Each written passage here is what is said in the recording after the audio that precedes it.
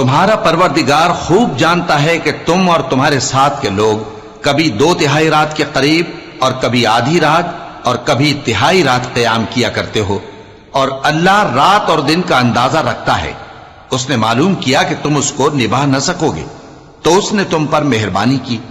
बस जितना आसानी से हो सके उतना कुरान पढ़ लिया करो। उसने जाना कि तुम में बाज बीमार भी होंगे और बाज अल्लाह के फजल यानी माश की तलाश में मुल्क में सफर करेंगे और बाज अल्लाह की राह में लड़ेंगे। तो जितना आसानी से हो सके उतना कुरान पढ़ लिया करो और नमाज कायम करते रहो और ज़कात अदा करते रहो और अल्लाह को नेक नियति से कर्ज देते रहो, और जो अमल नेक तुम अपने लिए आगे भेजोगे उसको अल्लाह के यहां बेहतर और सिले में बहुत अजीम पाओगे।